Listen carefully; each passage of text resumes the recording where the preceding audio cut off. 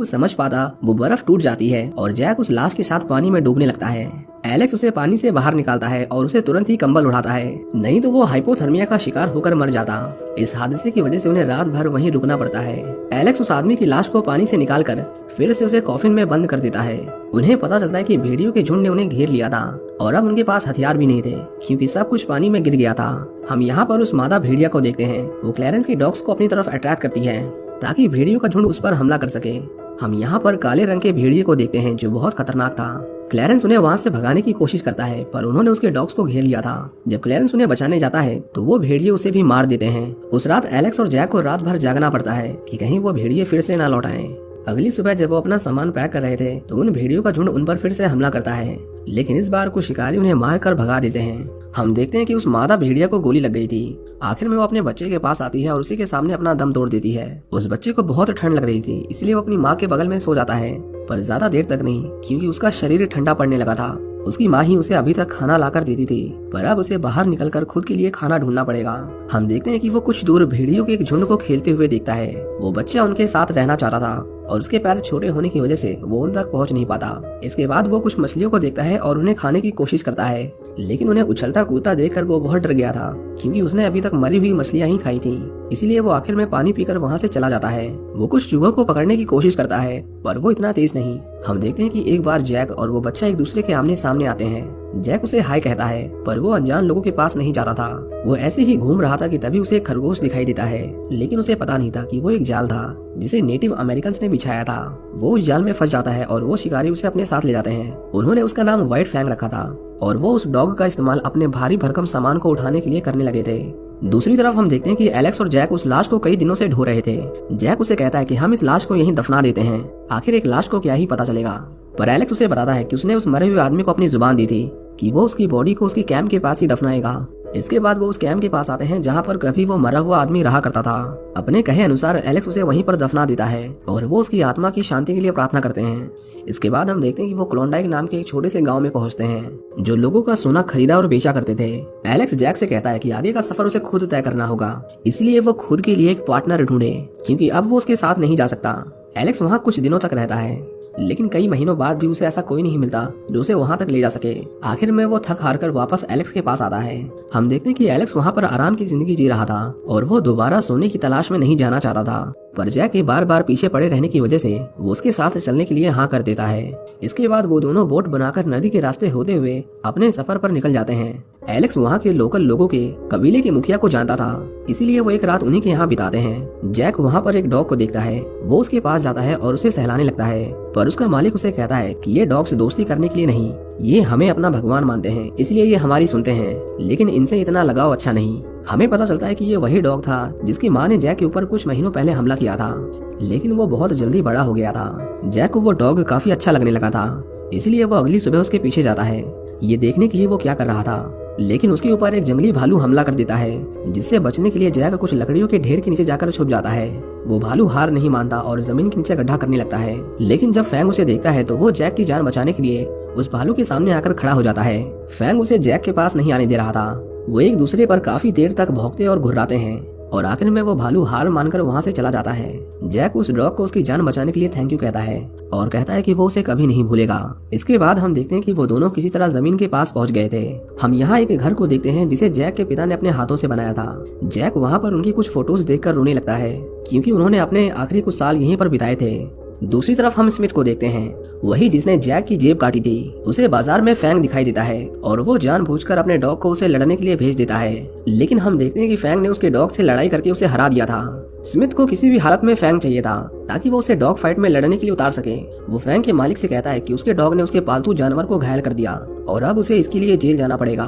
वो आदमी उसके नुकसान के बदले में उसे कुछ पैसे देने को तैयार था, लेकिन स्मिथ उससे बदले में उसके डॉग की डिमांड करता है। जैक और एलेक्स सोने की तलाश करते हैं, लेकिन ये काम उतना आसान नहीं था जितना जैक ने सोचा था। इसमें बहुत मेहनत थी। दूसरी ओर स्मिथ फैंग को फाइट करने के लिए ट्रेन करता है, जिसकी वजह से फैंग के बिहेवियर में बदलाव आ गया था और वो गुस्सैल हो गया था। जब स्मिथ उसे उसकी पहली फाइट में उतारता है तो फैंग दूसरे डॉग को बड़ी आसानी से हरा देता है। इसके बाद स्मिथ उसे एक और फाइट लड़ने के लिए फोर्स करता है। फैंग इस बार भी जीत जाता है, लेकिन उसे बहुत चोट लग गई थी। स्मिथ उस डॉग से बहुत खुश था। वो उसे देर रात को खाना देने आता है, लेकिन फैंग उस पर भौंकने लगता है। स्मिथ को उसके ऊपर बहुत गुस्सा आता है और वो उसके खाने को उसके सामने फेंक कर चला जाता है, पर फैंग उस तक पहुंच नहीं सकता था, इसीलिए उस रात उसे भूखा ही सोना पड़ता है। हम देखते हैं कि जैक और एलेक्स का सारा राशन खत्म होने वाला था, इसीलिए वो फैसला करते हैं कि कल सवेरे वो राशन लेने के लिए वापस शहर जाएंगे। दूसरी ओर स्मिथ फैंग की दोबारा से एक फाइट करवाना चाहता था और इस बार उसे अब तक की अपनी सबसे बड़ी बाजी लगानी थी, पर हम देखते हैं कि फैंग का अपोनेंट एक बुल डॉग था और हम सभी जानते हैं कि बुल डॉग्स कितने खतरनाक होते हैं। उन दोनों के बीच में फाइट होती है और वो डॉग फैंग को नोच नोच कर उसे बुरी तरह से घायल कर देता है।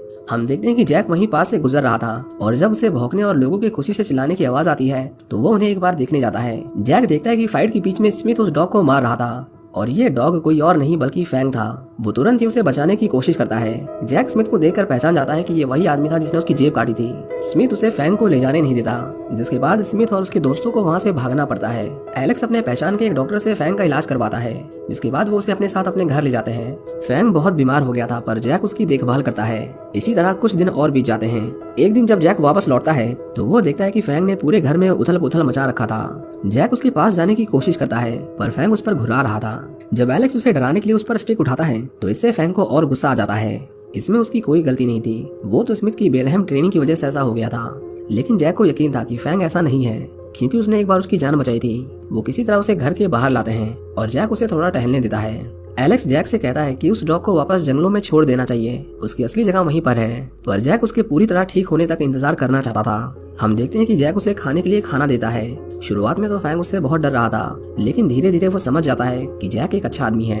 एक दिन एलेक्स देखता है कि फैंग ने जैक के हाथों को दबोच रखा था। ये देखकर वो अपनी बंदूक निकाल लेता है और हम देखते हैं कि फैंग बस जैक के साथ खेल रहा था, ना कि वो उसे नुकसान पहुंचाना चाहता था। एक दिन जब जैक रोजमर्रा की तरह खुदाई कर रहा था तो अचानक से उसके ऊपर बहुत सारे पत्थर गिर जाते हैं। एलेक्स फैंग की मदद से उसे किसी तरह बाहर निकालता है। खुशकिस्मती से उसे चोट नहीं लगी थी। एलेक्स देखता है कि फैंग के पैर पर कुछ तो पीला पीला चमक रहा था। जब वो वापस अंदर जाते हैं तो उन्हें वहाँ पर एक बड़ा सा सोने का पत्थर दिखाई देता है। उसे देखकर वो दोनों खुशी के मारे फूले नहीं समाते, क्योंकि बहुत कम ही लोग थे जो वहाँ पर खुदाई करने आए और उन्हें असल में सोना मिला। एलेक्स उसे कहता है कि अभी खुश होने की जरूरत नहीं, पहले हमें पता करना होगा कि ये सोना कितना प्योर है। जैक फैसला करता है कि वो कल शहर जाएगा। हम देखते हैं कि एलेक्स उसी सोने के पास बैठकर उसकी रखवाली कर रहा था और जैक फैंग को उसके साथ छोड़कर शहर की ओर जाने लगता है। लेकिन जैसे ही वो घर से थोड़ी दूर जाता है हम देखते हैं कि फैंग भी खिड़की तोड़कर उसके पीछे पीछे आने लगता है।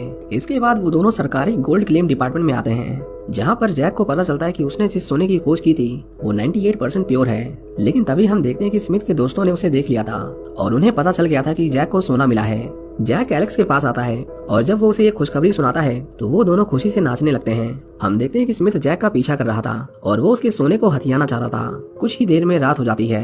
एलेक्स जैक से कहता है कि वो यहाँ पर कई सालों से है, लेकिन अब वो सैन फ्रांसिस्को जाकर अपना खुद का एक होटल खोलना चाहता है। वो कहता है कि वो अपने इस होटल का नाम उसके डैड के नाम पर रखेगा और वो चाहता था कि वो भी उस होटल में उसका पार्टनर बने, क्योंकि उसने भी अपने हिस्से के सोने का उसके साथ बंटवारा किया था। जैक उसके साथ चलने के लिए हाँ कर देता है। हम देखते हैं कि स्मिथ उनके सोने का इंतजार कर रहा था और जैसे ही उन्हें नींद आती है उसके दोस्त उन दोनों को घर के अंदर ही लॉक कर देते हैं। घर को गर्म रखने वाली आग की वजह से पूरे घर में धुआं हो गया था, जिसकी वजह से उन दोनों को सांस लेने में परेशानी हो रही थी। उन्होंने उन्हें चारों ओर से घेर लिया था और जब वो बाहर निकलने की कोशिश करते हैं वो उनके ऊपर अंधाधुंध गोलियां चला रहे थे। स्मिथ उन दोनों को खत्म करने के इरादे से आया था, इसलिए वो उस घर में आग लगा देता है। फैंग ये सब होते हुए देख रहा था और आखिर में उनके पास घर से बाहर निकलने के अलावा और कोई रास्ता नहीं बचता। फैंग बाहर निकलते ही स्मिथ के लोगों पर हमला कर देता है। स्मिथ की बंदूक में गोलियां खत्म हो गई थी। वो वहाँ से भागने लगता है पर फैंग उसका पीछा करके उसे नोचने लगता है।